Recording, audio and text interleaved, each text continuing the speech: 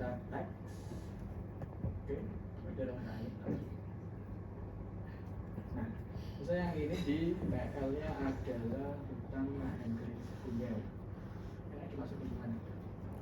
Maksudnya Hutang itu masuknya di PLK. Oh, oke. Ini ditambah, berarti ini masuknya ke PLK. Ini tinggal diganti dengan PLK. Nah, untuk biar kalian nggak ganti satu-satu, caranya adalah dengan kalian blok dulu yang mau diganti, kemudian pilih kolomnya. Misalnya kolomnya di reclass PL, kemudian karena ini teks, awalnya dikasih petik 1 atau petik 2, kemudian update selected aja. Nah, jadi ini udah terganti. Kemudian untuk yang kebun sampai sini, berarti dia adalah masih masuk ke PLK, update selected. Kemudian untuk pemukiman sampai sini, dia masuknya ke PM. Kemudian untuk PLK yang ini PLK. Dan di sini sawah juga kita masukin ke PLK, ke pertanian.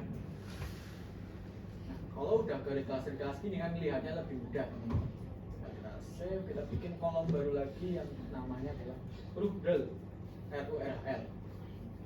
Untuk lainnya bisa di agak panjang, 30. Kemudian lihatnya tinggal dari arahan fungsinya dengan reclass PL-nya. Misal kita buka lagi.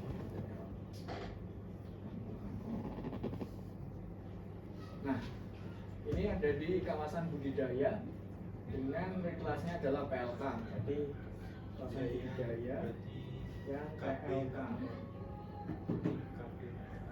Nah, kalau dilihat di matriks tadi, kawasan budidaya dengan kode PLK itu RURHL-nya berupa KB, HR, AGR atau kawasan budidaya dengan bentuk hutan rakyat agroforestry. Jadi kalian tinggal ganti aja di sini RURHL, bagaimana namanya? KB, strip HR, strip AGR. Nah, di LMUD, di daerah sini nanti bentuknya adalah KB, HR, AGR. Kemudian untuk di sini kawasan budidaya PL, PPM, apa kalau di PL? PM apa dia? Kawasan budidaya yang PM. KBPL. Nah, bentuknya adalah KBPL. KBPL berarti kawasan budidaya dengan bentuk penghijauan lingkungan.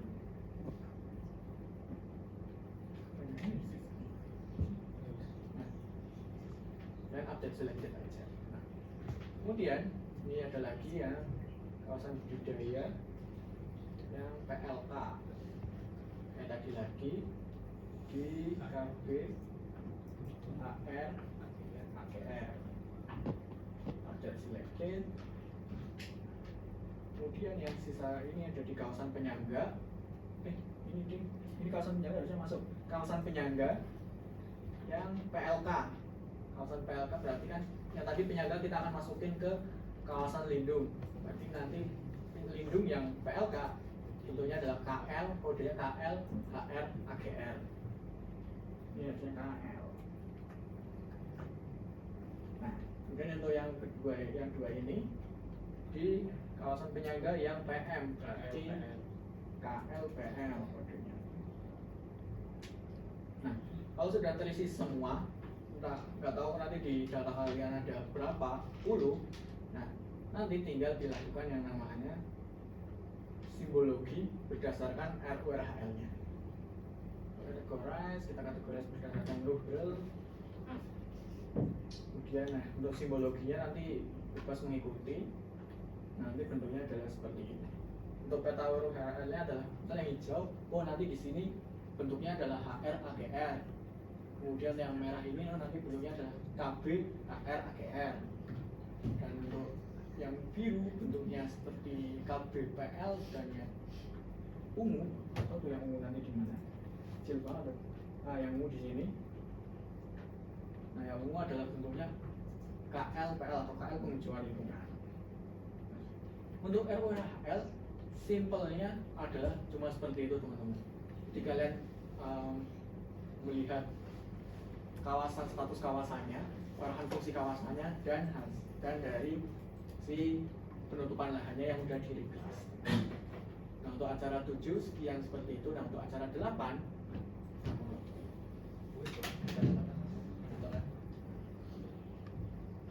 Untuk acara 8 kita perlu data biofisik ya. Kita ada aja biofisiknya kita itu. Ada jenis tanah, terus curah hujan, kelerengan, apa lagi ya? Ya itulah pokok nanti teman-teman siapin data biofisik, terus LMU itu nanti teman-teman jadiin satu. Terus teman-teman cari data jenis pohonnya itu apa, syarat tumbuhnya. Jadi teman-teman berdasarkan literatur ya, itu cari syarat tumbuhnya apa, misal syarat tumbuh, sorry ya taruh ke muka ya, jadi nah ini dia di dataran segini dengan ketinggian 0 sampai 700. gambar biasanya ada S1, S2 tabel sesuai jenis jati.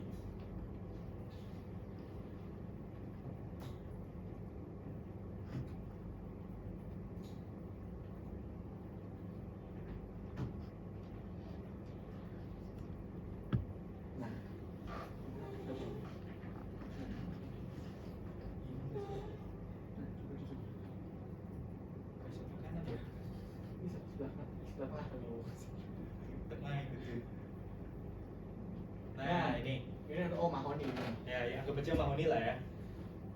Nah ini nanti yang kayak gini teman-teman sandingkan dengan QG sekalian, atribut table teman-teman. Nanti teman-teman buat dulu apa ya, nah buat field baru mahoni, terus ya mahoni text. Nah nanti teman-teman tinggal ngebandingin nih dengan yang nah ini lebih enak. Nah misal mahoni ini punya cara tumbuh segini teman-teman. S1 itu dengan temperatur 21 sampai 30, S2 nya 30 sampai 34.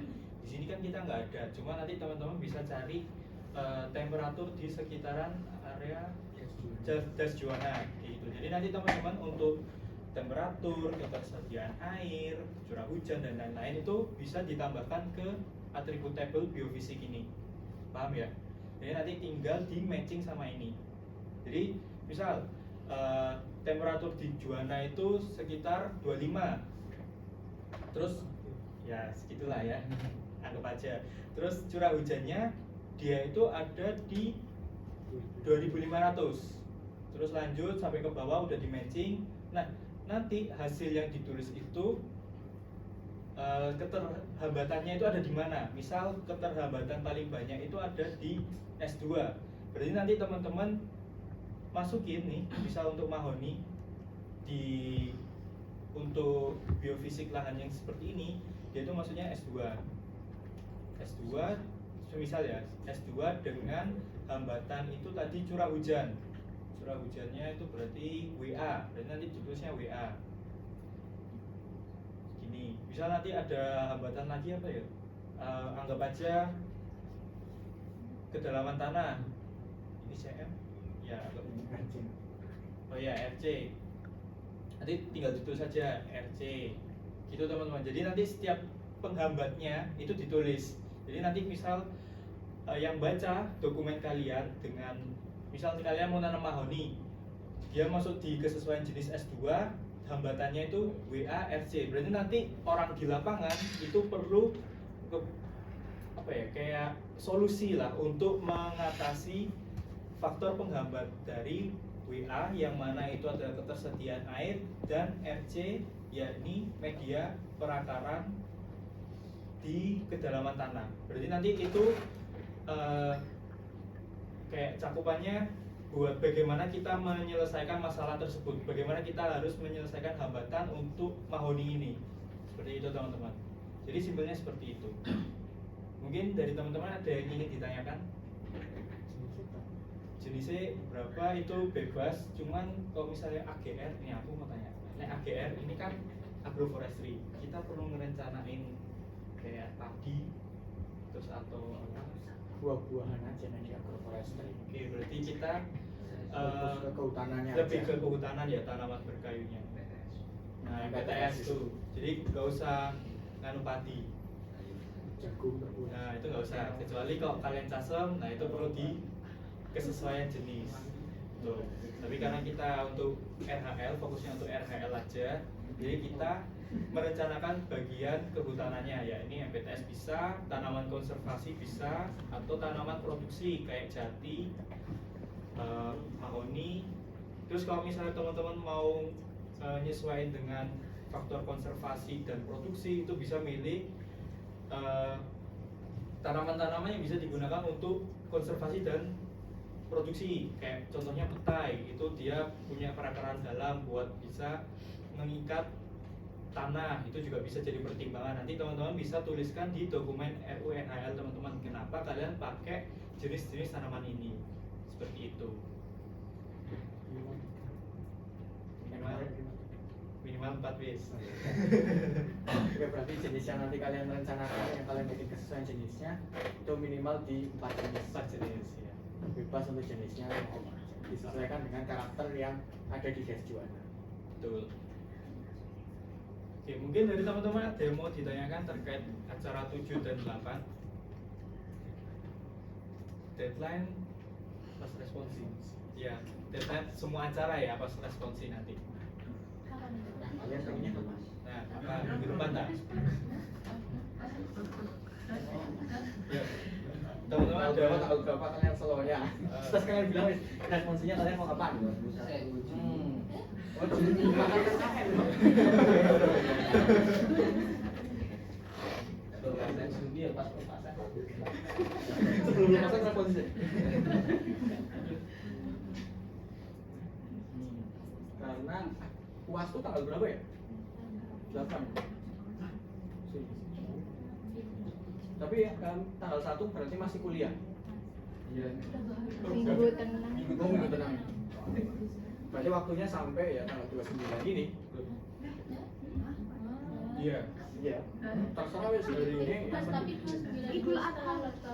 Nah itu dia. Maka dari itu berarti 22. Iya. 14 15 sudah tanggal merah. 14 15 tanggal merah. 22 tak merahin. 29 merahin. Nah 22. Boleh berlapan kasih mas. Oh iya. Oh, Atau pas UAS, tapi nek UAS kan jadwal kalian mungkin Setelah UAS. Setelah terus pelepasan. Nah, Oh, setelah UAS itu seminggu. ya kan ujiannya Oh iya. itu biasanya. 19 kosong. Terus 19 bukannya. Itu Ujiannya sih Ujian kan minggu cuma awal itu. Terus 12 kok. Iya. Oh iya. Oh berarti ini kosong seminggu ya? Nah, Iya. Berpasannya kapan? Pelepasan KKN 20. Satu-satu. yang mau enggak ya? Bingung nggak mereka? Enggak dong, udah habis. Oh iya. Sama yang terakhir. Ya.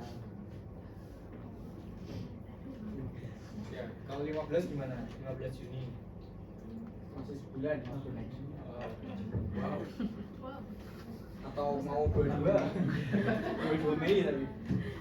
Enggak apa-apa, boleh. Enggak apa-apa, boleh Mas. Kapan? 12 Juni enggak apa-apa. Meskipun mepet tapi enggak apa-apa. Satu bulan tuh Mas. Iya, 1 bulan nggak apa-apa. Masa kemarin 2 minggu sih kebetulan. 3 minggu. Boleh. 15 ya? Oke, aman, nggak apa-apa. Walaupun bisa libur, aman nanti.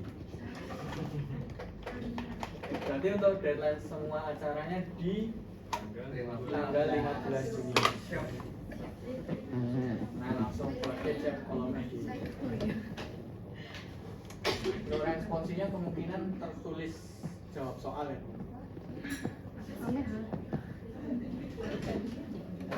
Kekreatifan koas ya. Jadi tiba-tiba TTS ya nggak tahu ya. Tampil TTS mana? Ono pilihan beda wae, Mas.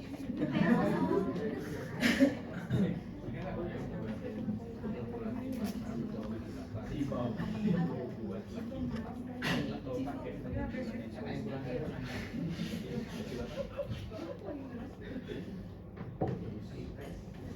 ya, maksudnya ya ini kan buat pakai UMKM, ya kan? Terus untuk misal sebelumnya itu pakai yang udah ada aja.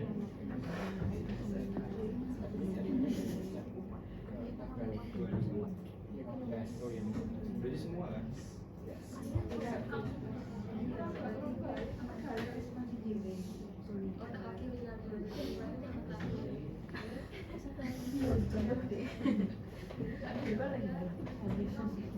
Berarti konsekuensinya bis luas ke gaya pulang atau tanggal 15 ke sini. 15 jam, Nah, aku sih mulai sih biasanya. 15 jam, 9.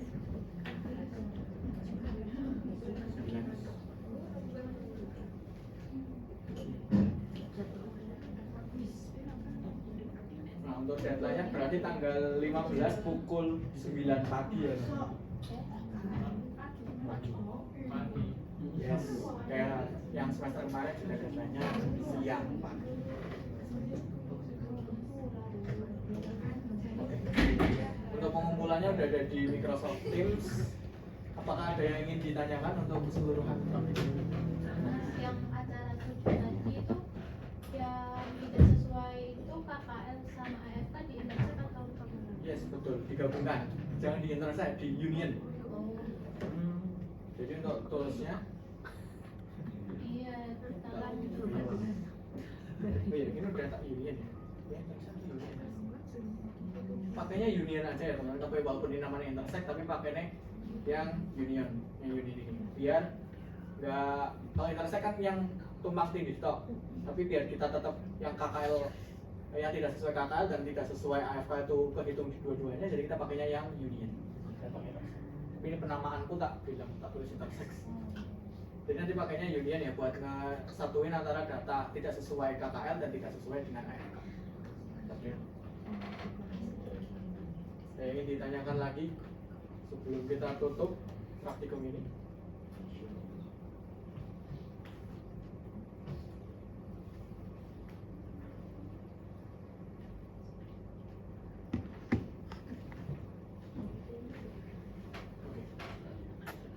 Oke, kalau nggak ada, semua deadline sudah dirubah Zevanya ke tanggal 15 Juli nanti.